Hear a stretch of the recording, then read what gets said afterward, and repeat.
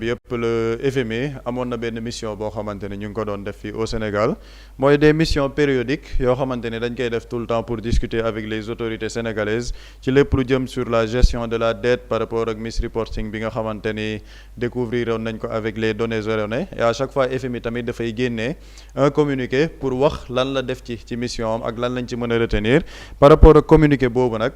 da ngay gis ni ba ñu laajee waa FMI par rapport ak li nga xamante ni moom mooy li ñu mën a retenir déjà au niveau des discussions ñu ngi jàpp ci article ñu ne l'équipe du FMI a tenu des discussions techniques ouvertes et constructives avec les autorités sénégalaises ñu ne autorité wu FMI bi équipe bi waxtaan nañu ak autorité sénégalaise ci waxtaan boo xamante ni yaatu na ñu ne l'équipe a salué l'engagement continu des autorités ainsi que leur volonté de remédier aux vulnérabilités révélées par la communication passée de données erronées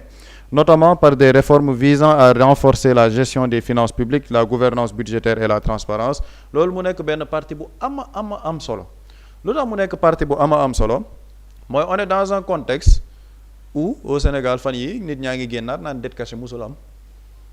l'ancien premier président de la Cour des comptes génn ne amul fenn fu ñuy mentionné li nga xamante ni moom mooy terme dette cachée ay nit génn ne dette cachée musul am voilà donc nit ñi dañ doon wax loo xamante ne amul mais boo xoolee par rapport ak réponse bi nga xamante ni FMI joxe na ko parce que FMI lan la ñu wax dañu ne l'équipe a salué l'engagement continu des autorités ainsi que leur volonté de remédier aux vulnérabilités révélées par la communication passée de données erronées ñu ne ñoom ñu ngi saluer autorités sénégalaises yi li nga xamante ni ñu ngi koy def pour jéem a lijjanti li nga xamante ni moom la ñu fi fekk mooy les données erronées yi nga xamante ni am na fi données erronées yi lan la mooy par rapport ak misreporting bi ñuy wax et la dette cachée mooy xaalis bi nga xamante ni retracé wuñ ko ci circuit parlementaire bi retracé wuñ ko ci suñu budget ñu ne ñu ngi saluer autorité sénégalaise li nga xamante ni ñu ngi koy liggéey pour remédier aux vulnérabilités yi ñu jànkonteel suite à la communication de ces données erronées donc situation bii ñuy dund lan moo ko indi données erronées yooyu ñu fekk si ça c'est une réponse pour ceux qui disent que dette cachée amul wala gars yi fekkuñ fi loo xamante ne donc loolu fii c'est une partie importante par rapport au communiqué bi nga xamante ne FMI def nañ ko et par rapport à ce communiqué aussi foofu vers la fin ñu ngi ne notamment par des réformes visant à renforcer la gestion des finances publiques la gouvernance budgétaire et la transparence ñu ne autorités yi liggéey nañ ci loo xamante ne c'est pour la gestion des finances publiques la gouvernance budgétaire ak li nga xamante ne moom mooy transparence ñu ne elle a également salué l'équipe du FMI les réformes institutionnelles visant à unifier les fonctions de gestion de la dette mesures correctives essentielles dans le processus de régularisation de ces erreurs de déclaration erreur de déclaration yooyu noonu lan la c'est par rapport ak li nga xamante ni loolu la fi nit ñi fekk ñu ne leen chiffres yi fii la tolloon te tollul foofu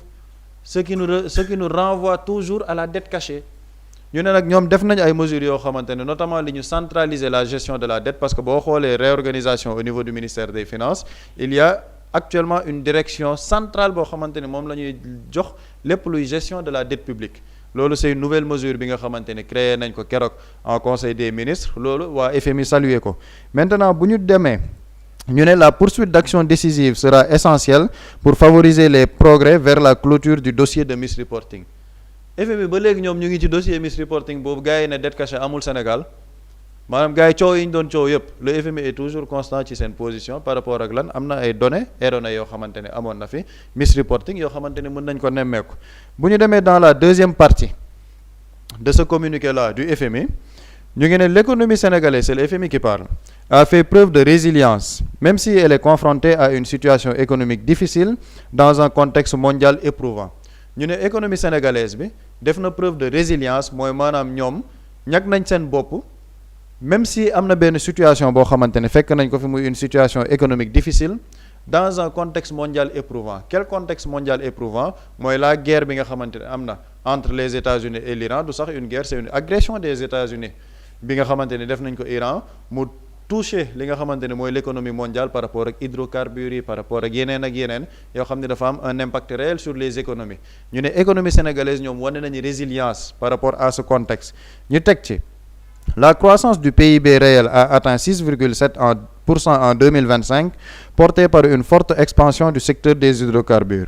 beneen bi ci ëpp solo bi ci gën a am solo boo demee ci biir communiqué boobu ñu ne le déficit budgétaire global s'est fortement réduit passant de 13,4% du PIB en 2024 à 6% du PIB en 2025, principalement grâce à la rationalisation des dépenses. ñu ne déficit budgétaire bi nga xamante ne fekkoon nañ ko fi en 2024 mu ngi nekkoon ci 13,4% du PIB. En 2025 ce PIB bi nekkoon 13,4% wàcc na si 6,4%, donc on a réduit le déficit budgétaire de plus de la moitié. Lan moo ko permettre? Principalement la rationalisation des dépenses. te ñun fii toog nañ ci plateau bi plusieurs fois ñu ne boo demee xool LFI 2026 il y a une rationalisation au niveau des dépenses de l'État de plus de 200 milliards ci gars yi doon wax ni non état bi rationaliser wuñ dépenses yi lii wag lii loolu benn la. Il y a une rationalisation des dépenses bu ñu demee xool ci LFI bi de plus de 200 milliards. Il y a eu un déficit budgétaire boo xamante ne fekk nañ ko fi en 2024 mu nekk de plus de 13%, ñu wàññi ko à 6,7%. mais lan moo wàññi ce déficit budgétaire là? C'est le plan de redressement économique et social. Presse bi avec les mesures yu nekk ci biir presse bi par rapport à la gestion active de cette dette moom moo tax ñu mën a wàññi le déficit budgétaire à travers une rationalisation des dépenses ak aussi le secteur des hydrocarbures par rapport à l'expansion de ce secteur là parce que le Sénégal est devenu un pays producteur de pétrole ak yeneeni mesures yoo xamante ni c'est pris en compte par le plan de redressement économique et social moo tax le déficit budgétaire wàcc. Ça aussi c'est une réponse pour les gens qui nous disent et qui veulent nous convaincre que le plan de redressement économique et social c'est un échec. Ce ne sont pas les données qui sont données par li nga xamante ni moom mooy FMI par rapport à son communiqué. Foofu bañ ci continuer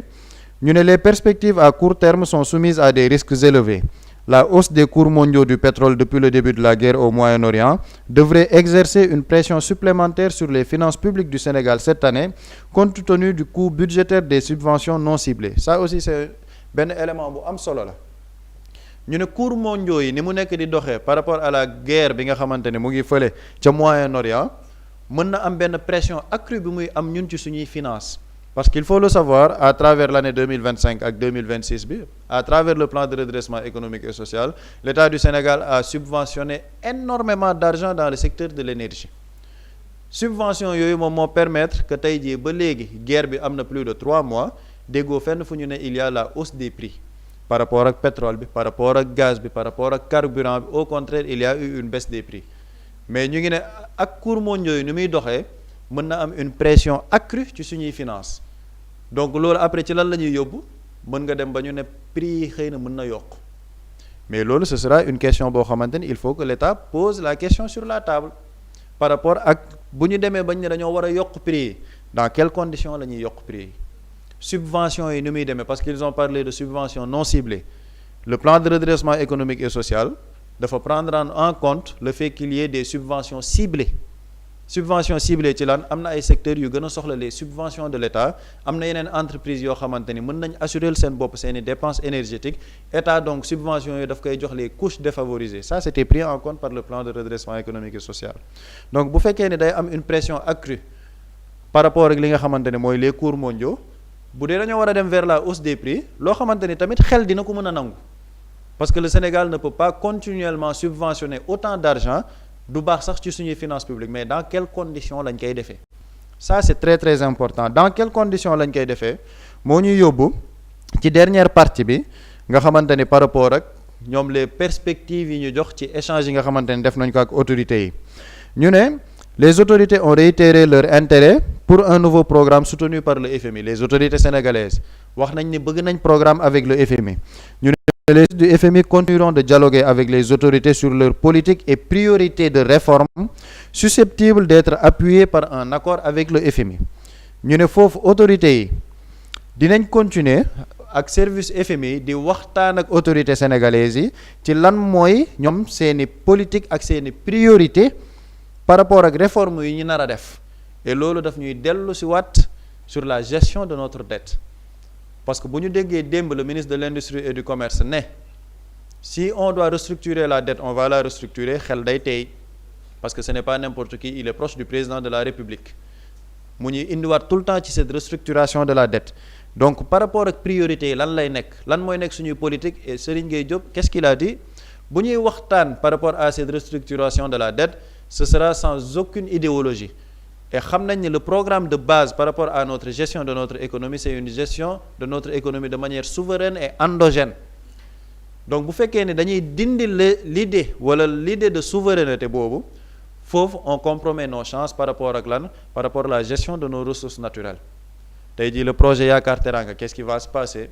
bu ñuy waxtaan ak FMI dans quel contexte la ñuy def un nouveau rapport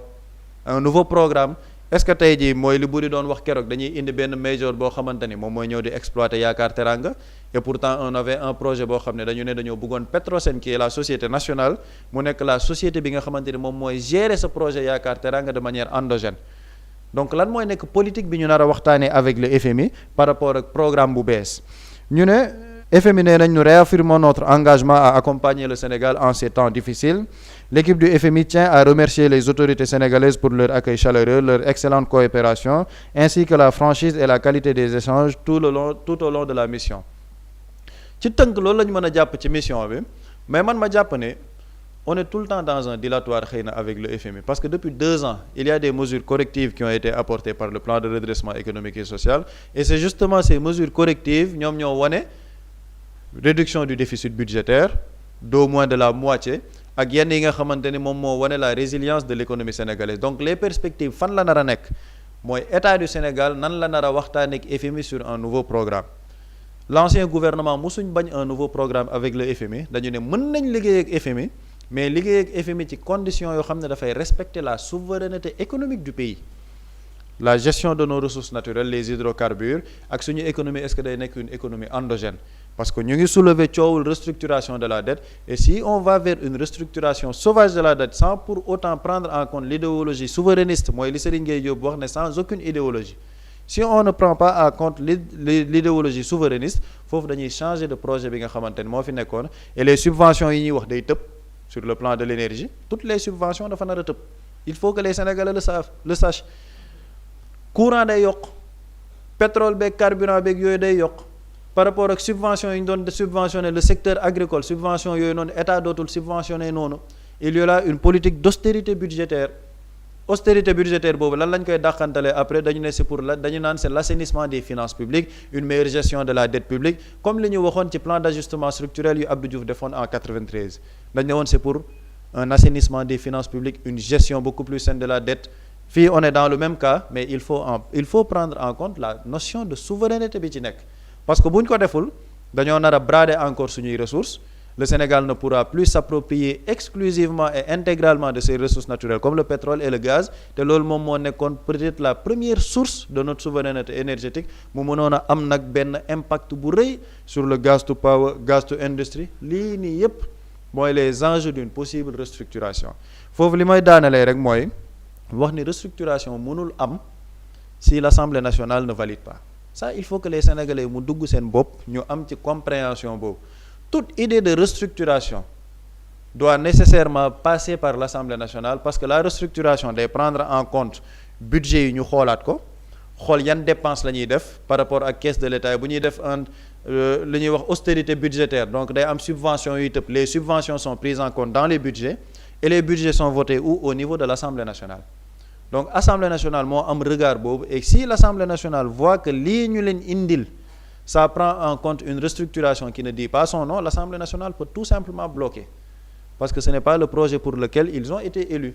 et loolu mooy les perspectives yi ñëw et foofu on attendra de voir quelle sera la position de l'État du Sénégal bu fekkee ni dañoo nar a wax sur un nouveau programme avec le FMI yan contour lay nekk ci yan conditions est-ce que ça prend en compte le projet de souveraineté bi tax ñi fal le président Bassirou Diomaye Faye loolu je pense que loolu la ci Sénégalais di xaar et on attendra de voir la communication de l'État du Sénégal.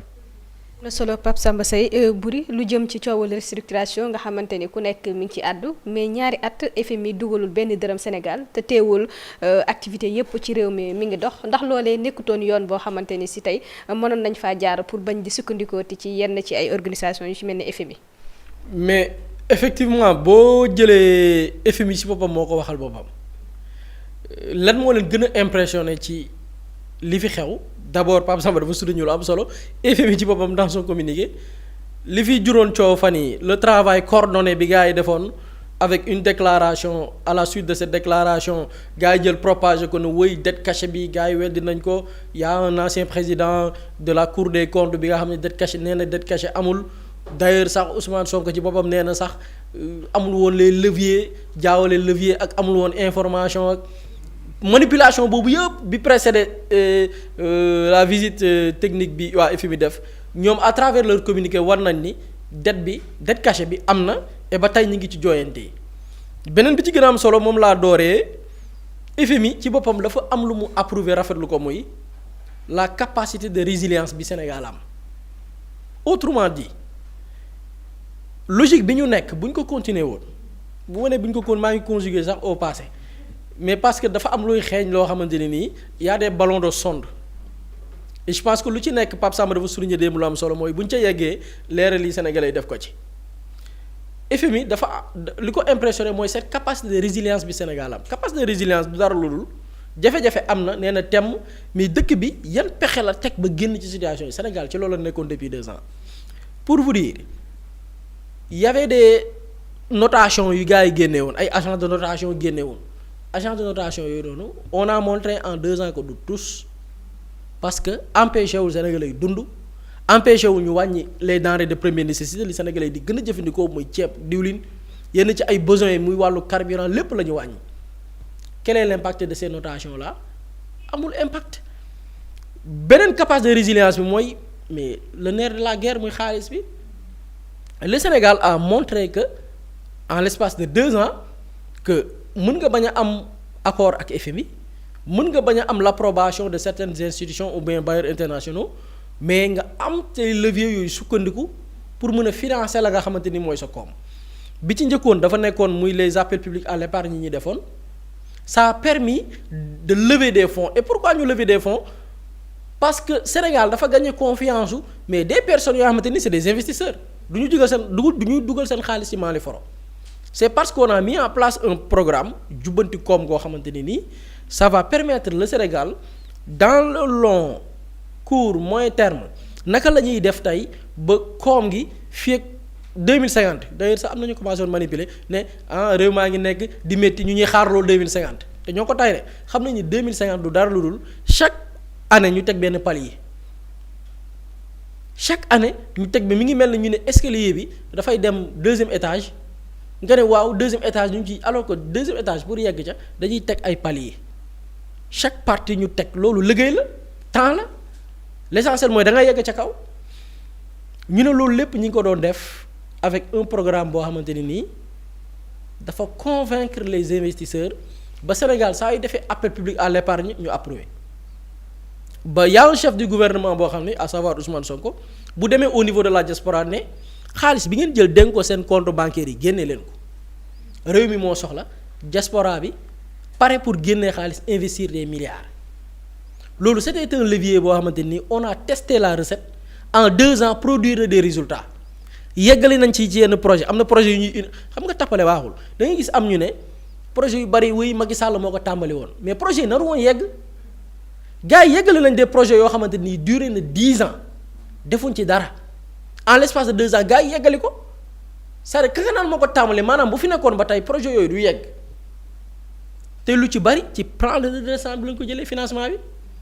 appel public à l'épargne yi moo ko financé yenn travaux yi donc lii c'était une recette boo xam ni c'est le Sénégal avait bel et bien l'opportunité de montrer à la face du monde que même sans l'approbation sans un accord avec FMI mën nga ci génn et le Sénégal foofu la naroon jëm autrement dit ñun bu ñu nekkoon ca la ñuy nekk yàlla xam na ni FMI mooy gaawantu daw ñëw proposer ñu un programme pas un programme boo xam ne ñoom ñoo ñuy orienté de mais un programme FMI pour que le Sénégal bailleurs yi ñu ko tëjaloon parce qu'on n'a pas un programme avec FMI Sénégal mën a lever des fonds un peu partout muy nekk des fonds yoo xamante ni l'investissement ñun ñoo koy ciblé malheureusement ak ni Pape Samba junj on parle du FMI am na ñu commencé génn di def des ballons de sonde pour préparer l'opinion ci bu amee ñu bañ a alarmé wu parce que dama dégg am ministre de l'industrie Serigne Gueye Diop mu koy wax oui bor la rek pour que mais ça sera orienté Sénégal dafa subir des expériences je pense que fii débattre nañ ci maintes fois Sénégal dafa subir li nga xamante ni mooy ajustement structurel programme FMI yu ci bari dans cette configuration tey FMI da lay proposer y aura un ajustement structurel foo ko déggee moom ci boppam moo lay imposer alal ji fan nga koy dugal alors que loolu lu ci bari du ànd ak li nga xamante ni nii mooy jubbanti koom bi ñu proposé parce que jubbanti koom bi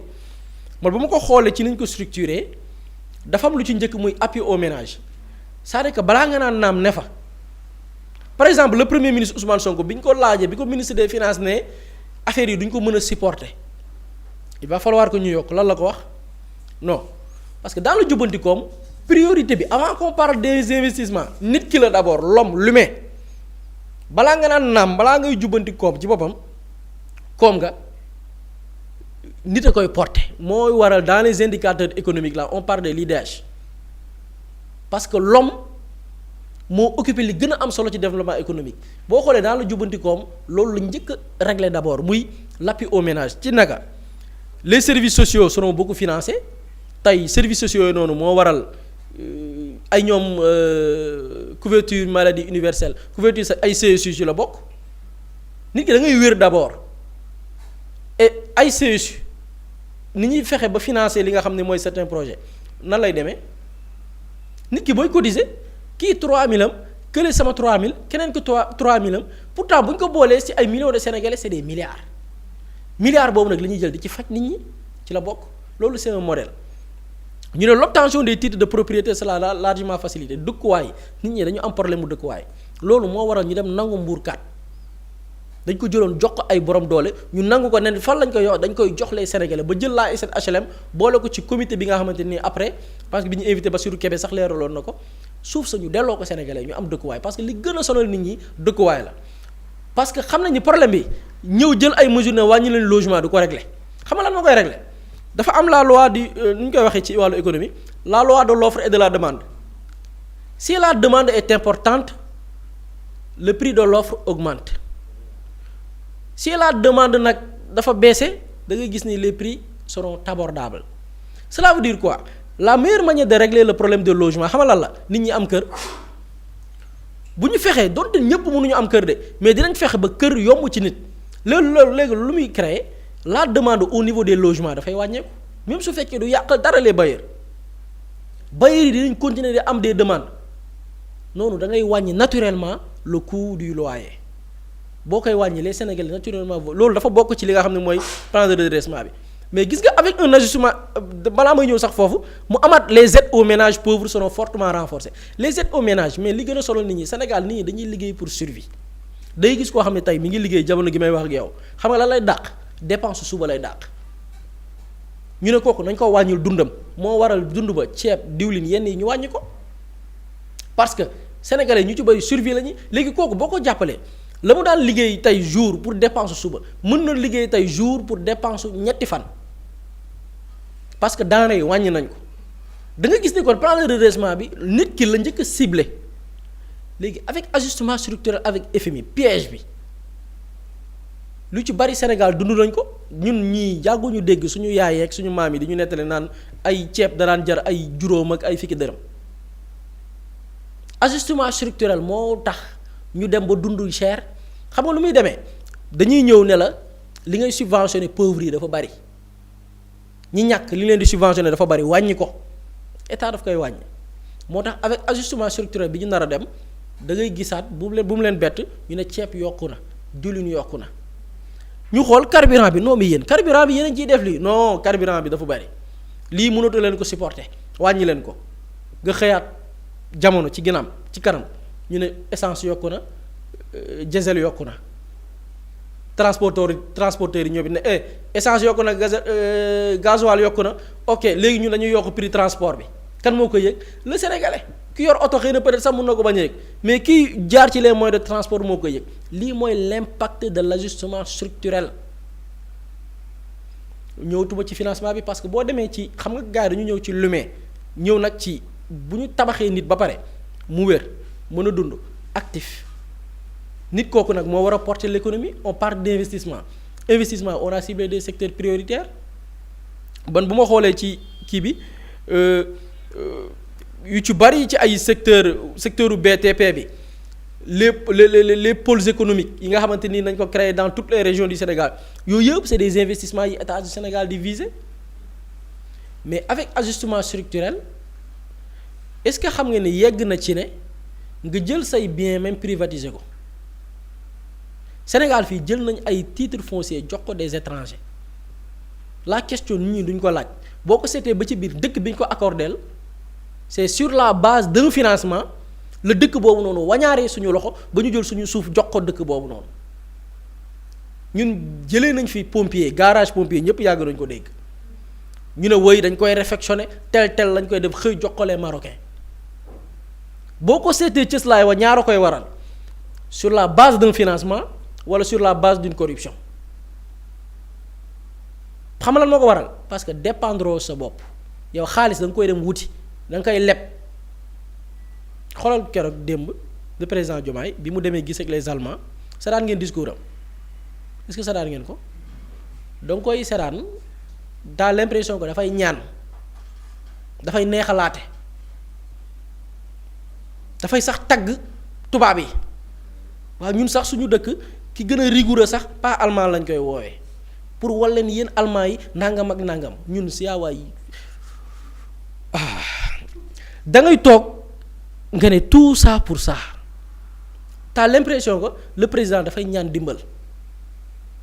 parce que gëmloon nañ ñu ni ak yenn média tappalekat que wëy réew daal boo bëggee avancer foog nga dem ci ñeneen ñi te ñeneen ñi du dara lu dul nga dem pour toroxlu nga dem mel ni kuy ñaan dimbal nga dem ñu la yàpp lii mooy financement extérieur alors qu'on avait la possibilité on avait des leviers et du théorie on l'a testé bailleurs yi am confiance les investisseurs yi nekk au niveau de la du marché sous-régional ñoom ñëpp amaat confiance ñu xëy gëmloo ñu ay théorie way pour réew développer foutaise parce que 2 ans on fonctionne normalement on vit bien avec suñuy levier wu bopp di fay bor bi ndànk na imagine bor bi ñu ko doon fay ndànk-ndànk dara xëyul sotti ay nit tappalekat ñoo jóg bëgg ñoo gëmloo ni en 2 ans lépp dafa war a sotti lu ay nit yàq pendant 60 ans Sénégal yàqu-yàqu bi tàmbalewul 2012 tàmbalewul l'an 2000 tàmbalewul 1980 avec Abdou Diouf bi muy ñëw tàmbalewul 1960 sax booy xool tubaab moo tegoon ay levier ay porox ndollu tëgg des accords de partenariat économique les APE baliser terrain bi teg fa seeni nit ñuy di yàq pendant juróom-benn fukki at ak juróom-benn wala juróom-benn fukki at ak ñeent parce que 2024 la ñu def beneen alternance durant 64 ans ay nit ñi ngi yàq ay tappalekat bëgguñoo gëmloo ni 2 ans lépp dafa war a xëy sotti man Boury dama war a xëy lépp nice quoi te man xam naa ne mënul nekk parce que yéegi nañ ko yàq pendant plus de 64 ans. léegi ñoom ñoo tàmbaliwaat di doxalaat leneen li bëgg a ñëw. exactement c'est-à-dire que ñun li ñuy daw di dàqi nii on a la recette et bu ñu saxoon ca la ñuy nekk duñ fi nekk tey di sóoraale restructuration bi est-ce que ça sera une restructuration bu tar wala dafay nekk restructuration boo xam ne dafay woyof waroon nañ bañ a yegg foofu noonu bu ñu gëmoon la ñu gëm nekk ci tôt ou tard les résultats vont payer ñun on prend des exemples sur la Chine bi ñuy mener leur révolution avec le parti communiste ak bi ñuy jël leur envol yàggul en fait bu ma nee yàggul maanaam développement wu Chine yow boo koy dégg yàggul mais booy dégg révolution bi ñu defoon yàgg na cela veut dire quoi ils ont attendu di teg ay paliers di développer di raam jàngu ndox jóg a daanu ba jóg taxaw di daw c'est un temps mais ñu bëgg ñu gëmloo ni rek ok automatiquement rek mbir yi dafa war a jël yéeg et moom laa ñëwee avec restructuration moom de la dette moom même les priorités par exemple dans le jubbanti koom là on parle des investissements prioritaires même ces investissements prioritaires dañ koy xoolaat dañ la naan yow da nga bëgg a investir ci wàllu industrialiser non ñu ne la dëggal bal bi du léegi xaaral jëlal li ñu leb pendant de dette bi ñu fekk fii nii bu ñu ko fi fekkoon bu doon 2012 ni ko président Ablaye Wade bàyyi woon lañ ko fekkee mais kenn waxatu ko mais dañu ñëw fekk fi dette d'abord bor boo xam ne nii c'est palpable fekk fu bor bu ñu nëbb ñu jël bor boobu yépp ay eurobond la au niveau des banques locales au niveau on a eu des programmes avec FMI qui nous a permis de lever des fonds nga jël fonds yooyu yëpp nga laaj sénégalais bi c'est milliers de milliards ban impact la am sa dund mënu la ko wax parce que investissement bi c'était pas des investissements yoo xam ne yow yaa ko toog tëggal ko sa bopp Macky Sall mooy bind programme ne Macky 2012 dem ba ci biir ne nan la ko tuddee sax am na beneen programme bu defoon soppi ko demaat PSE bi mu demee PSE dans le programme PSE plan Sénégal émergent terre amu ci dafa toog rek c'est une entreprise française moo am ay soucis ñu bëgg ko suqali sur le plan économique France lebal Sénégal ñu lebal Sénégal xaalis jël marché bi jox ko une société française société bi pour société bi mën a dundaat investissement bi kan moo ko choisir ce n'est pas le Sénégal c'est la France même la gestion même c'est la France nii la gars yi doon lebe mais da ngay gis ku xamul dara nag xëy naan sant leen Macky Sall de yow da ngaa xam dara yow da ngaa xam nu ñu ko lebee ak leb bi lan moo nekk ci ginnaaw dem leb lan ngay investir stade ñu defal la ko jam ñaajo un stade qui n'est pas rentable du tout lii mooy leur investissement équipe nationale sax pour mu feesal ko c'est très difficile parce que dafa sori nit ñi dañuy sonn.